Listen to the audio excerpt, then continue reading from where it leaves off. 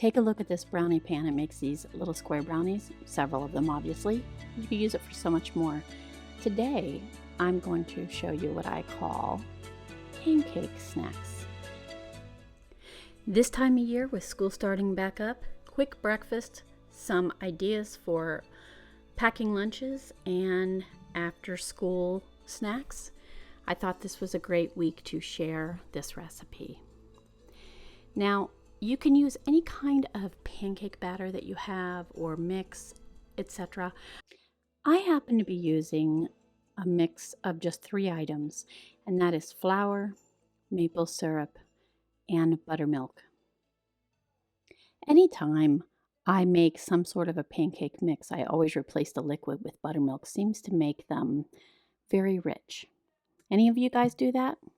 I prefer not to use sprays, but I did put a little bit of a baking spray in this pan just to be sure that nothing was going to stick. And let's talk about this pan. 24 2 dozen pieces, which is kind of nice. Now you can put these after they've baked on a cookie rack and put them in the freezer for about 30 minutes.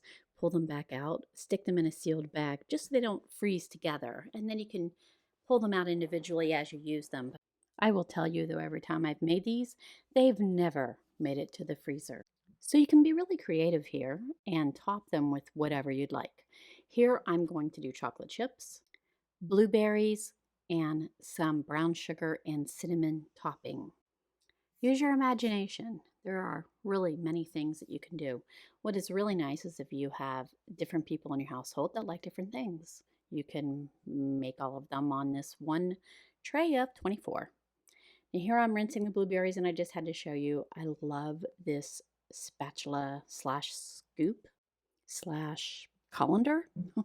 I'll list it below for you. I did get this brownie pan off of Amazon. I call it a brownie pan because that's what they call it, but there's so many other things that you can make with this. The list is endless, really, and I'm going to list some stuff below. If you have one of these pans and you've made something very unique with it, please share in the comments because that would be great to add to my list. Now I'm going to just push these down a little bit. They just seem a little high.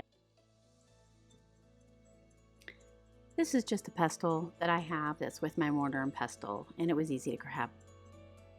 So I hope you enjoyed this and can utilize this idea. These are easy to make, quick to grab, and they're fun to eat. Please follow for more tips and ideas like this and some other great recipes. We usually do one a week. And we have other tips as well for making the most out of your time. There are other platforms here you can choose, but hit your notification button and we will see you soon.